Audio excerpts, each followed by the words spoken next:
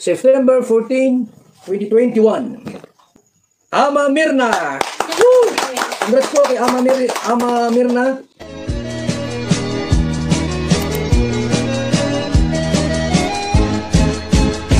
Hello!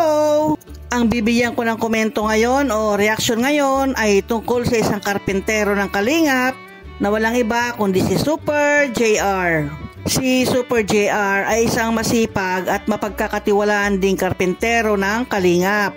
Nakitaan siya ni Kalingap Rab na mabilis siyang gumawa at pulido rin yung mga ginagawa niyang mga bahay. Kasama ni Super JR sa trabaho sina Super Mac at saka si Super Andoy.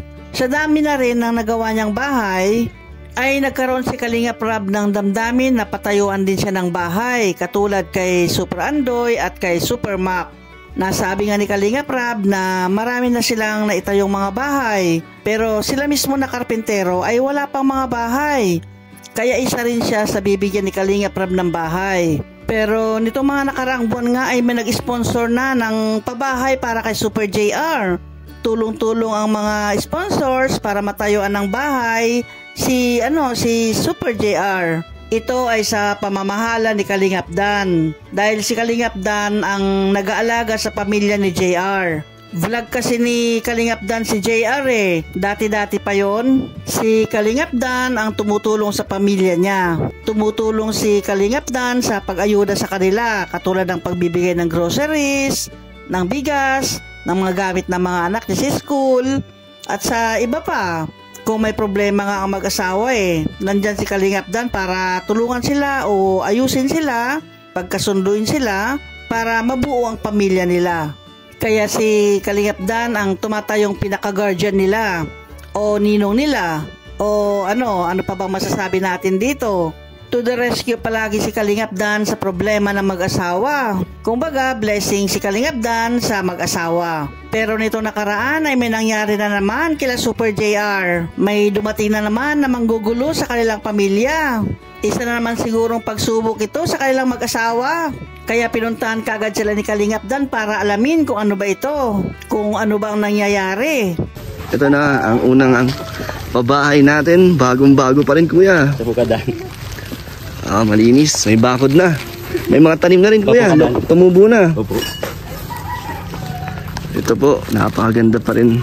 Nakaraan pong semana po kadan, may nakapag-isira nga po kay Eileen. Isawa ko nga po na may nagpunta nga daw po din ng ibang tao. Hinahanap nga daw po ako.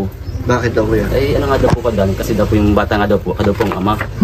Tapos nakikwento nga po dito sa asawa. Sino yung nakausap na Sila? May naghahanap daw. Oh. Ano naman na po, parang Lunes po kami pumasok ng school, parang naka-isang linggo na po bago nila sinabi sa akin. Tinanong ko nga po kung sino. Ano daw pong pangalan? Sabi niya sa akin na dalawa daw po lalaki, nakamotor, kasama daw po yung sanggol, siguro mga 2 months. Sabi ko kainitan at alas 10. Dalawang lalaki? Ba't ba yung babae? Ay wala nga pong babae, yung nga po ang iniisip ko. Dalawang lalaki, nakamotor, kasama yung sanggol ng kainitan. Anong gagawin? Iiwan nila dito yung bata? Eh hindi ko po alam. Grabe naman yun. Sino kaya yung kuya? Hindi ko nga bakit ikaw na kaya nga yung sabing ama?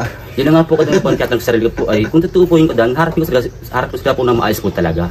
Kahit na po ito po kadan. Hindi nawawala ang mga issue mo, kuya. Po kadan, ba't kaya po ganun? Di ba ito yung dati mong issue, kuya? Di po kadan, di po yun. Sabi ko nga po kadan, wala pa akong ginagawang masama. Sabi nga po diyan kadabaga po, pag talaga kung sisarang ka talaga ng kapwa-tao mo, nasa akin po talaga kadan, kung magpapadala pa ako sa ganun pong bagay. Kaya sa ganun bagay po kadan, tahabayan ko na po. Bahala po sila. So bumalik pa po ba? Pagkatapos nun, hindi na bumalik? Hindi na po kadan. Okay. Kung interesado po, babalik po yun. So, Naku, isang pagsubok na naman ito. Biruin mo, isang sanggol dadalhin sa bahay ni JR para sabihin si JR ang tatay? Bakit ganun? Dalawang lalaki ang pumunta doon, dala-dala ang sanggol, pero ang nanay hindi kasama. Nakakagulat yun ha? Kilala ba ni JR kung sino yung nanay ng sanggol na yon? Sino kaya yung kuya? Hindi ko nga bakit ikaw na kaya nga yung sabing ama? Yun nga po kadan po ang katang sarili ko po ay kung totoo po yung kadan, harap ko sila po na maayos po talaga.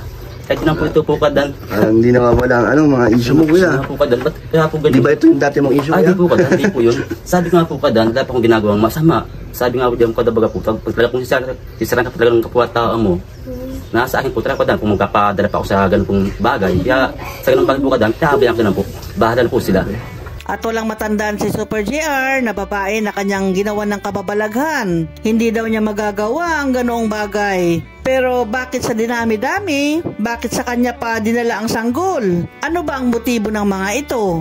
Kinakamutot, kasama yung sanggol ng kainitan. Anong gagawin? Iiwan nila dito yung bata? Eh, hindi ko po alam. Grabe naman yun. Sino kaya yung kuya? Hindi ko nga Bakit po ikaw na Kaya nga. yung sabing ama? Yun na nga po kadang po ang tiyatang sa sarili ko po ay kung totoo po yung kadan, harap ko sila po na maayos po talaga. Naniwala ka ba na totoo yung chismis? Hindi naman po ako paano po ako maniniwala. Tinatanong ko kung ano pangalan, wala naman po silang sinasabi sa atin. Siguro po, gawa-gawa na lang nila para kami mag-away na dalawa at sa inggit nga po nila. So anong gusto nilang palabasin kuya? Anong gusto nilang gawin sa inyo? Maghiwalay kayo, ganon? Parang ano nga po kadang, parang gusto nga po pag-awayan kayo mag-asawa. Hindi naman kayo pinapalis dito. Ay, di na po kayo. Ayos naman yun sa kapatid mo. Ayos ang Tsaka may kasulatan naman yun, di ba kuya? Po kadan, sabi nga po ng iba na may nainggit nga po sa amin, maganda pong bahay. Ang hindi po nila alam, ang nakatira po, kundi po magsipag sa trabaho, wala rin po talaga. Ayun, dahil daw siguro sa inggit. Pinaiinggitan kasi sila Super JR doon sa lugar nila dahil sa maganda yung bahay nila. Bakit kaya ganito na ang kalakaran o kaugalian ng ibang Pinoy? Hindi po lahat ha, kundi yung iba lamang po. Pag nakitang medyo umaasenso ang ibang tao, may iba naman na gustong hilahin sila pababa. Ayaw ng iba na malamangan sila ganun, kaya ganun na lang ang pagpupursige nila na pababagsakin ka. Kung may ganitong tao sa paligid mo, Super JR, ay huwag mo na lang silang intindihin. Huwag pansinin, kundi hayaan mo na lang sila sa kanilang ginagawa. Bahala na lang sila sa buhay nila. Kung baga, huwag ka na lang magpapekto sa ganyang mga tao. Nitong nakaraan nga ay problema na rin nila JR yung kanilang kuryente. Dahil nakikikabit lang sila doon sa kapitbahay, ay pinutulan na sila. Kaya ngayon, wala na silang kuryente. Tama nga naman na dapat di sila makikikabit doon sa kapitbahay dahil illegal po ito. Kumbaga, jumper yan, di ba? Pero dapat din sana, na bago sila pinutulan, sana inantay muna na nakapagpakabit sila JR ng kuryente. Konsiderasyon na lang ba, kumbaga? Pero desisyon nila yon, kaya walang magagawa sila Super JR. Mabuti na lang nandyan si Kalingap Dan para tulungan sila sa problema nila. At andyan din yung mga sponsors para laging tumulong kila Super JR. Okay, hanggang dito na lang. Salamat muli sa inyong panonood. Hanggang sa muli. Bye-bye!